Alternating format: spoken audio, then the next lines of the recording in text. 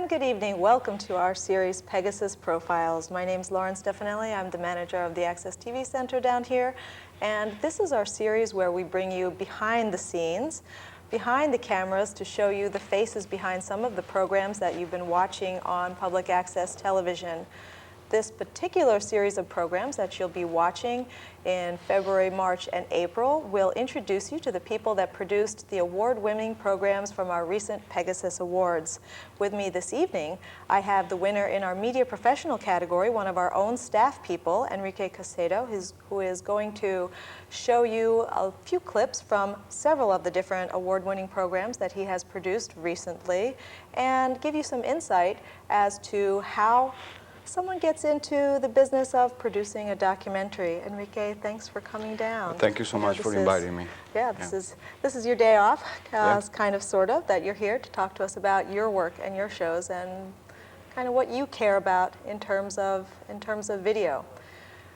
The Hitchhiker, the show that, your award-winning show that we're going to see a bit of in just a moment, really came about how?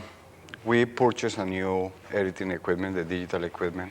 We have some new digital cameras, and I just decided to start working on this, just trying to test the cameras and testing the digital equipment. So one day I just walk out to the Commons and I see this character that he always called my attention, and I decided this could be a perfect subject for a documentary. I always have the tendency to make documentaries on the outcast, if I can call it, people, the people that are not always portrayed in the main media. So that's how I started. I approached this gentleman, I started talking, and he has a fascinating life, and I think that was the perfect subject for that. And how long did it take you to do the shooting? Actually, it was 3 hours. I just spent 3 hours with him, and after that we went to Loaves and Fishes, and we have lunch together. Mm-hmm. He invited me there. He plays some piano. He's an excellent musician, actually. And yeah, that was 3 hours videotaping the whole thing. Then I came here and I started using the editing machine. It took me, I don't know, 2 days, I believe. A little bit longer, maybe like 5 days, I would say, because I was learning how to use the equipment and everything. But yeah, I would say 5 days to finish the whole process. Yeah. Well, of the programs of yours that I've seen, this is sort of one of a series of programs which are personal profiles of interesting characters or outcasts or whatever term you want to choose for someone who's outside mainstream society. And what's interesting about these profiles is you don't really talk for your characters at all. There's no narrator, there's no explanation. You let them talk. There's not really questions. You just let the characters or the subjects speak for themselves. Why did you make that choice? Well, I do talk to them, actually. I mean, I mean included in the video. Oh, yeah. What the viewer sees in the video is just the because I think I always consider that it's more like the viewer can feel that actually he's sitting in front of that person, that that you are like the whole purpose of these videos is for me to open people's heart towards these elements in our society. Sometimes people have the tendency to avoid people because they look different, because they act different, because they are homeless, because they are different than us. So people try to avoid them. And what I try to do with these documentaries is to make them to talk to everyone. And when you see a character on TV and the guy is talking and talking and talking, the people might have that feeling of, be right there with him. Mm-hmm. So I rather be, and besides my accent and everything, I rather keep myself out of the, So you don't want to take attention away from the subject. Right, yeah. Okay, well, I think this is a pretty good introduction. So let's take a look at the clip that we have for you from The Hitchhiker, and then we'll be back to talk about it with Enrique a little bit more.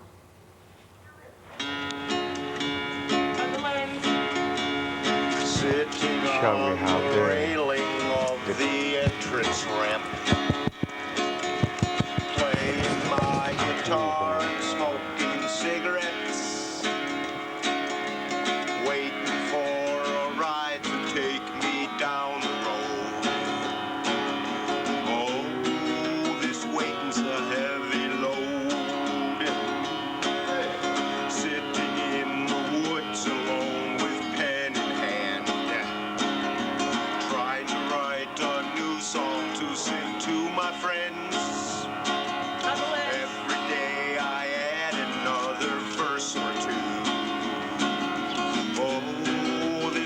weight's a heavy load.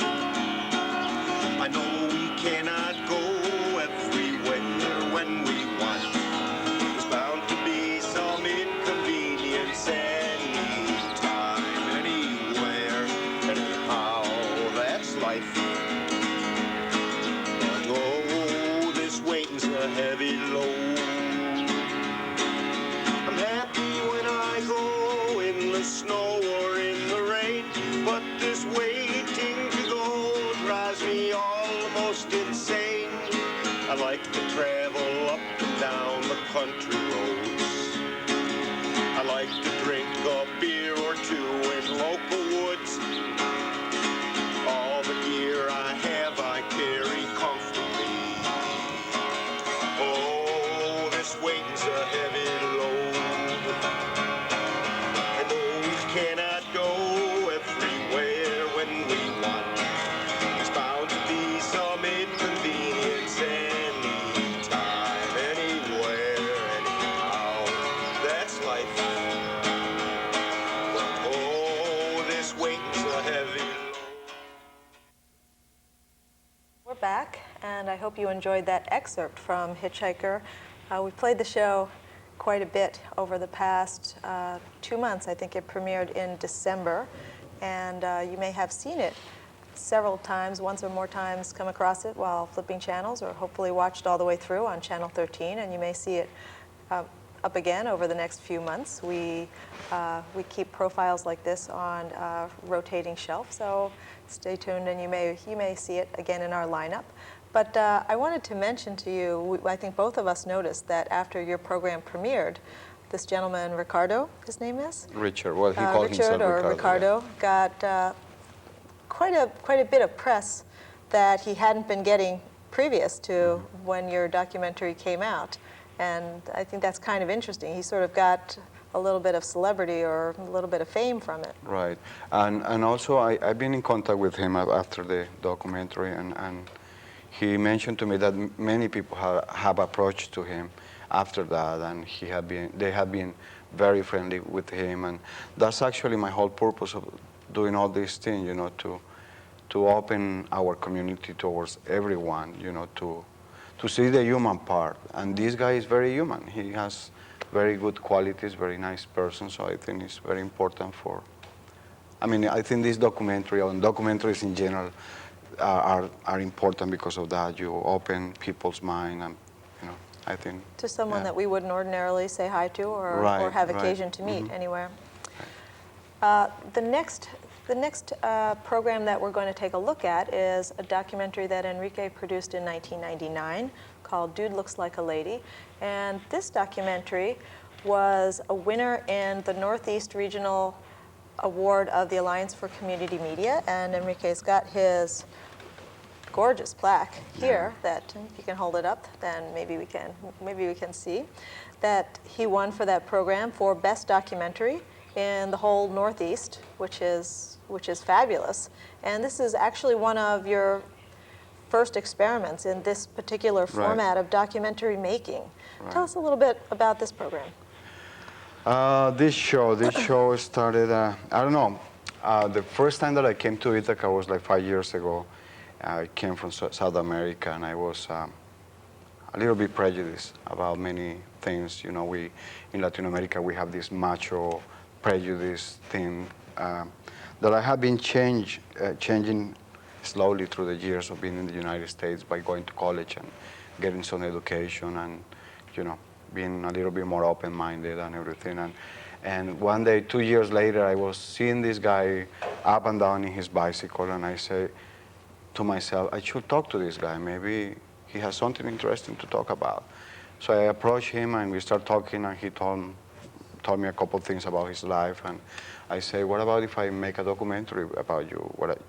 Can I bring a camera and do something? And he was, sure, let's do it. So I spent as well like 3-4 hours with him shooting this thing, and then like that was like a month editing, because I didn't know how to do this very well. You know, it was like my first stuff, and it was fun actually. And the same thing like with the documentary that we saw before.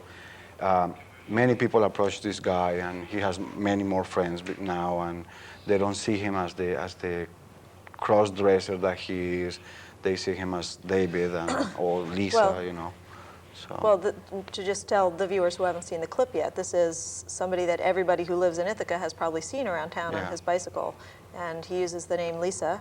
Right. And he's dressed as a woman, but quite a tall person. And carrying on his bicycle with a container for cans and bottles, recyclable cans and bottles that he's collecting all day. So it's quite distinctive, and probably everybody's seen him on his bicycle riding around town. Right. Yeah.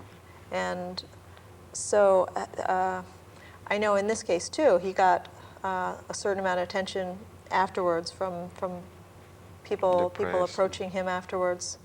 So this program, both of these programs aren't really all that long. You're not making hour-long programs. You're making almost vignettes. They're about 10 minutes in length, thereabout, not too long for somebody to watch at one viewing. The reason I did that is because I want people actually to have certain interest in those characters, and then for them actually to go and find those individuals and start talking to them. If I just made the whole story of their lives, an hour, 2 hours, probably nobody wants to talk to them after that. Oh, that's what you need to know about that guy, you know. So you want to tease people a little bit, make them curious, make them want to know more, make them find out themselves the rest of the story. Well, we've got a clip all set up for you guys about from Dude Looks Like a Lady, if you'd like to play that for us now. And I'm hoping we've got that ready. Yeah. So let's take a look.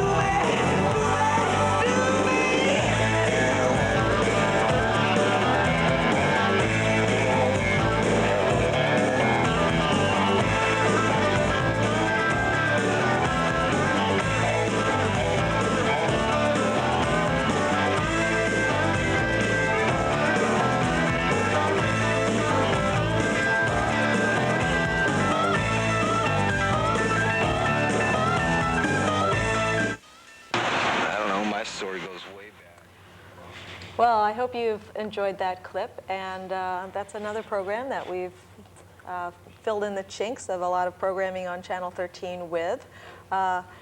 Because among other things, Enrique Caiceda serves as our master control operator, and it's the privilege of the master control operator to fill in gaps in programming with whatever he likes. So I think his shows have gotten a lot of extra plays, which is great. But I wanted to turn our conversation now a little bit to the technical aspects of producing a show like this. Why don't you tell the viewers a little bit about how much equipment you need to go out and shoot a shoot like this? How difficult is it? How many people are on your crew? How did you, and how much equipment did you need to use? Okay, for these ones actually I work by myself. One camera for Hitchhiker was one camera and the editing equipment here, and that was it. And for Dude Looks Like a Lady, I actually work with a friend of mine, so with the two cameras, so we can just like follow him with the bicycle and running with a, following with a car, and you don't really need too much equipment. It's more like imagination what you need, play with shots and different angles and stuff like that. But equipment, no, not too much. However, there are other situations when you might need plenty of equipment, like the next documentary that we're going to see. In that one, it was a class, and we use a whole crew and a whole bunch of equipment. I mean, it depends on the subject mostly. Yeah. The next documentary that we're going to be talking about is one that was produced by Enrique along with a documentary production class for which he was the instructor. And he and a group of 4 to 6, I think the number of students varied a little bit over the course of the class, chose a subject. Again, they chose to do a documentary profile of an individual, in this case a sword maker, and they produced the program as a group, and they did everything from planning to writing to their shooting day to all of the editing as a group project, and came out with a finished work which is quite exemplary, gorgeous actually, that everybody, including the subject, was very, very happy with. And so your protocol in working with a group compared to your individual shoots had to be quite different. Tell us a little bit about how that worked and what the experience was like for the students. It was quite interesting, actually. When we first met, we discussed the different ideas. Every person had to bring some sort of an idea for a project. So we gathered together, we start discussing the different projects, and then we select out of those one project, and we select this one. And after that, we start planning what kind of equipment are we going to need. We went to visit the location and, you know, to have an idea what kind of lighting we might need and sound equipment. And we assign different works to each one of us. You know, one, you're going to be camera person, you're going to be the light person, the sound and everything. So one day we just load all the equipment in the car, went to Spencer where this person lives, and we spent about 6 hours videotaping and asking him questions and working around the workshop. And then we came back, and the long process was the editing. And I always think that editing is the longest process of a documentary, because especially working 5 people together with all 5 different ideas and 5 different perceptions of how the final project looks like. So we were like arguing sometimes. We were like, no, I want it like this, I want it like that. And, I get away with my ideas though, because I was the director. So. But we worked together, and it was quite nice. It was also a short documentary. I didn't want anything too long. It could be quite challenging if you are working for first time with people that you really don't know too much. And but we did well. We all did well, and we really have a lot of fun. And I think they're actually motivated to do it again. And I think we are planning to do this. The problem is always finding the same time, having free time all together at the same time. I think is the main problem with this kind of productions. Since we are not getting paid or anything, it's just out of sake for art, and you know, so. Well, that is true. When it comes to field productions, a lot of times people tend to work alone. It's very difficult to schedule things, to get a whole group of people to work in the field, which is why the fact that you can work alone with a camcorder, which is light, is a great help to making a production like this possible. This was really one of our first experiments in doing a documentary class. So we were kind of curious to see how that would go and how a group effort at doing something like this would work out. And I think all the students that talked to me told me that they were really happy with it. And again, you chose a really interesting person. Mm-hmm. And I think some of the camera shots, particularly the one in which an axe is hurled, were quite astonishing for the viewer of the program that didn't see the trick as to how it's done. It looks like an axe is coming right at you. Right. And so there's a few exciting trick shots in there, which are kind of interesting. In any case, I'm not really sure which clip we're showing you, but Enrique's picked that out, and we've got a clip from The Sword Maker to show you now.